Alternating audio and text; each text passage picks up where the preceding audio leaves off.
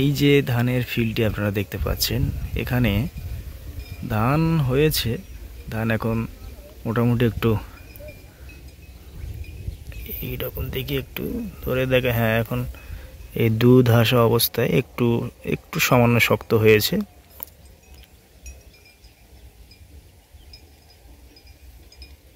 কিন্তু এই ফিল্ডটাতে মাজরা পোকার আক্রমণ ঘটেছে প্রচুর। এই ধান জানেন শীষ চিটে হয়ে যাচ্ছে, পুরো সাদা হয়ে যাচ্ছে। এবং মাজরা পোকার যে আক্রমণ ঘটেছে সেটা বুঝবেন কি করে? খুব সহজ উপায়। এই যে ধানের শীষটা, এটা যদি এরকমভাবে ধরে টানলে যদি উঠে আসে, তখন আপনাদের বুঝতে হবে যে এটা মাজরা পোকার লক্ষণ বা জমিতে মাজরা পোকা ধরেছে। এই ধানের শীষগুলো দেখছেন টানলে খুব ইজিভাবে উঠে আসে।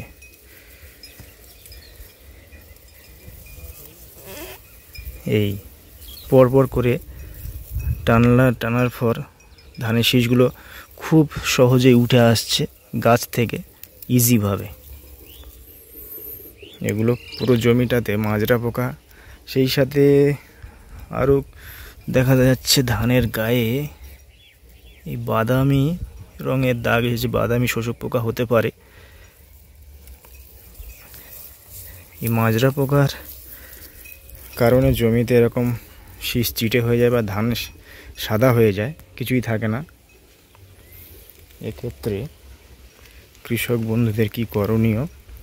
তবে আমার বিশেষজ্ঞদের থেকে জেনে যতটুকু আমার ধারণা, মনে হচ্ছে এখানে জমিতে হয় বোরন বা পটাশের অভাব ঘটতে পারে। আর এইরকম হলে তার আগে প্রপিকোনাজল বা ট্রাইসাইক্লোজল এই জাতীয় ওষুধ আপনারা প্রয়োগ করতে পারেন।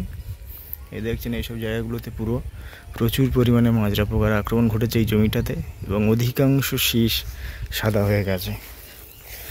এইসব ইজিভাবে টানলেই উঠে আসছে। এটা মাজরা পোকার প্রাথমিক লক্ষণ বোঝার উপায় কৃষক বন্ধুদের। যদি এমন হয় সেক্ষেত্রে কি করবেন, এ ব্যাপারে কৃষি বিশেষজ্ঞ কাকদ্বীপ সাব ডিভিশনের অপর কৃষি অধিকর্তা বরুণ কৃষ্ণ কুণ্ডু, তার মুখ থেকেই সরাসরি শুনুন। এবং আশা করছি যাদের জমিতে এই মাজরার আক্রমণ ঘটেছে তার পূর্বে কি কি করণীয় বা কী সতর্কতা অবলম্বন করতে হবে সেগুলো আপনারা জানতে পারবেন, এবং এই যে ধান চাষ করে যে ক্ষতির সম্মুখীন হচ্ছেন তার থেকে আপনারা অনেকেই উপকৃত হতে পারবেন। সকল চাষি ভাইদের জন্য এই মুহূর্তে যে সমস্ত করণীয়, সাধারণত বোরো ধান এই মুহূর্তে ফুল এসে গেছে, ফুল থেকে মানে দুধ অবস্থায় এসছে, কোনো জায়গায় হয়তো যারা আগে লাগিয়েছে কাটার মুখে। কিন্তু চাষি ভাইদের কাছ থেকে আলোচনার মাধ্যমে অনেক কিছু তথ্য চলে আসছে। প্রথমত যে প্রবলেমটা প্রায় চাষিরা বলছে বা আমরা দেখতে পাচ্ছি ফিল্ডে গিয়ে, সেটা হচ্ছে ধানের চিটা। এবার ধান যে চিটা হয়ে যাচ্ছে, পুরো সাদা হয়ে যাচ্ছে, দুটো কারণে হয়। প্রথমত যদি দেখা যায় যে ধানে কোনো দানা নেই, শীষ পুরো সাদা হয়ে গেছে এবং শীষ টানলে যদি উঠে আসে, সেটা কিন্তু মাজরার লক্ষণ। মাজরা পোকা সাধারণত দুটো অবস্থায় আক্রমণ করে। যখন সর্বাধিক পাশকাঠি আসে সে অবস্থায় মাজরা আক্রমণ করে, সেই সময় দেখবেন পাশকাঠিটা তামাটে ব্রোঞ্জের কালার আক্রমণ ধারণ করে এবং টানলে দেখবেন উঠে আসবে। আর একটা হয় যখন শীষ আসার মুখে, কাস্তর আসার মুখে, পরেই মাজরা আক্রমণ করে। মাজরার লার্ভা সেটা আক্রমণ করলে দেখবেন শীষ সাদা হয়ে গেছে, শীষে কোনো দানা নেই এবং শীষ টানলে উঠে আসবে। বেসিক কনসেপ্ট হচ্ছে শীষ টানলে যদি উঠে আসে সেটা কিন্তু মাজরার লক্ষণ।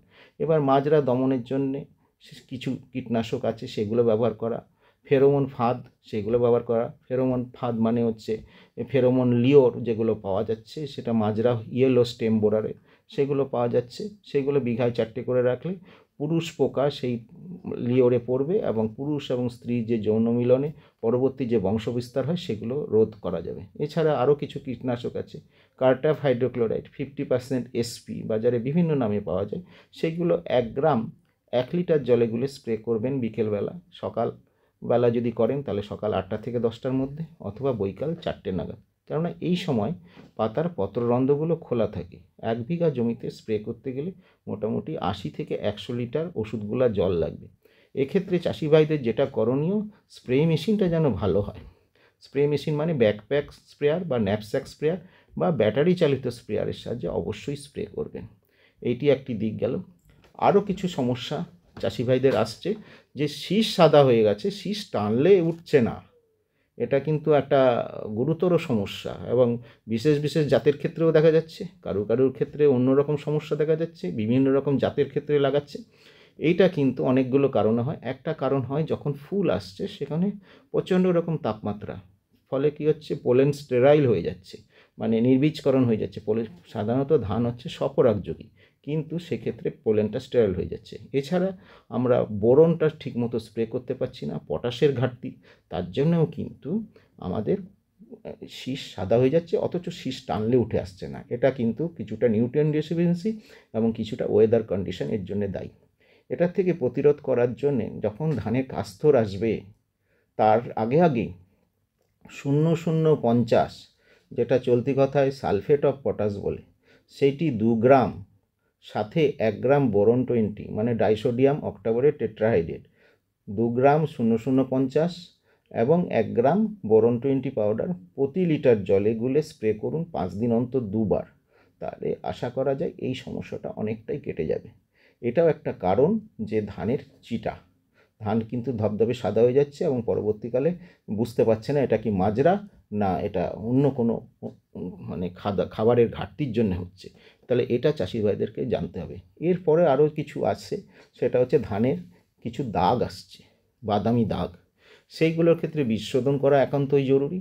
যদি সম্ভব সে সময় না করেন তাহলে শীষ আসার আগে, কাস্তর আসা অবস্থায় আপনারা ট্রাইসাইক্লোজেন এবং ম্যানকোজেবের মিশ্রণ বাজারে মার্জার বা আরও অন্যান্য নামে পাওয়া যায়, 2.5 গ্রাম প্রতি লিটার জলে গুলে স্প্রে করবেন, অথবা প্রপিকোনাজল 25% বাজারে টিল্ট বা আরও অন্য নামে পাওয়া যায়, সেটি 1 মিলিলিটার প্রতি লিটার জলে গুলে স্প্রে করবেন বিকেলবেলার দিকে, এবং তাতেও কিন্তু এই দাগগুলো কেটে যায়। অনেক সময় দেখবেন শীষ অর্ধেক বেরিয়েছে, শীষের ডগা যেখান থেকে ছাড়ছে সেটা ভেঙে যাচ্ছে, এইগুলো কিন্তু ছত্রাকজনিত রোগ, এবং ছত্রাকের দমনের জন্য ছত্রাকনাশকগুলো আপনাদের কিন্তু ব্যবহার করতে হবে। এরপরে আসছি আর একটা জিনিস দেখা যাচ্ছে, এই সময় চাষি ভাইরা খুব বিভ্রান্ত হয়ে যাচ্ছে। শোষক পোকা, বাদামি শোষক পোকা চাকচাক হলদে হয়ে বসে যাচ্ছে, শোষকে মানে বুঝতে পারছে না, শোষকে ধান চিটে তো হচ্ছেই, সাথে সাথে পুরো খড় হয়ে যাচ্ছে। যারা ঘন করে চারা রোয়া করেছে, বেশি বয়সের চারা রোয়া করেছে, জল নিকাশি ব্যবস্থা নেই, তাদের কিন্তু এই বাদামি শোষক পোকা, কেউ কারেন্ট পোকা বলে, এইগুলো আসছে। এর জন্য কি করো, যদি কোনো কীটনাশক ব্যবহার না করতে চান তাহলে 5 ঠেলা দিন, হামাগুড়ি দিন, উত্তর দক্ষিণে হালকা করে আলাদা করে দিন, তাহলে পোকা চলে যাবে।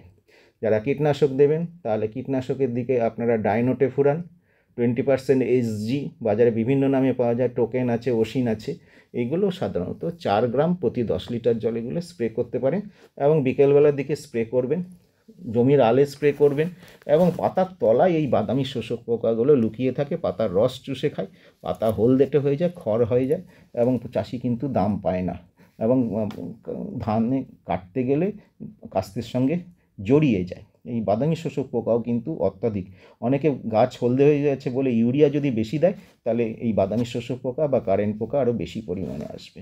শোষকটাও কিন্তু ভীষণভাবে আসছে। শোষকের জন্য ডাইনোটে ফুরান দিতে পারেন 4 গ্রাম প্রতি 10 লিটার জলে, অথবা পাইমেট্রোজিন 50% WG, বাজারে চেস নামে পাওয়া যায়, 6 গ্রাম প্রতি 10 লিটার জলে গুলে স্প্রে করুন। বিঘাতে 80 থেকে 100 লিটার ওষুধ গোলা জল অবশ্যই দেবেন, বিকেলবেলার দিকে স্প্রে করবেন।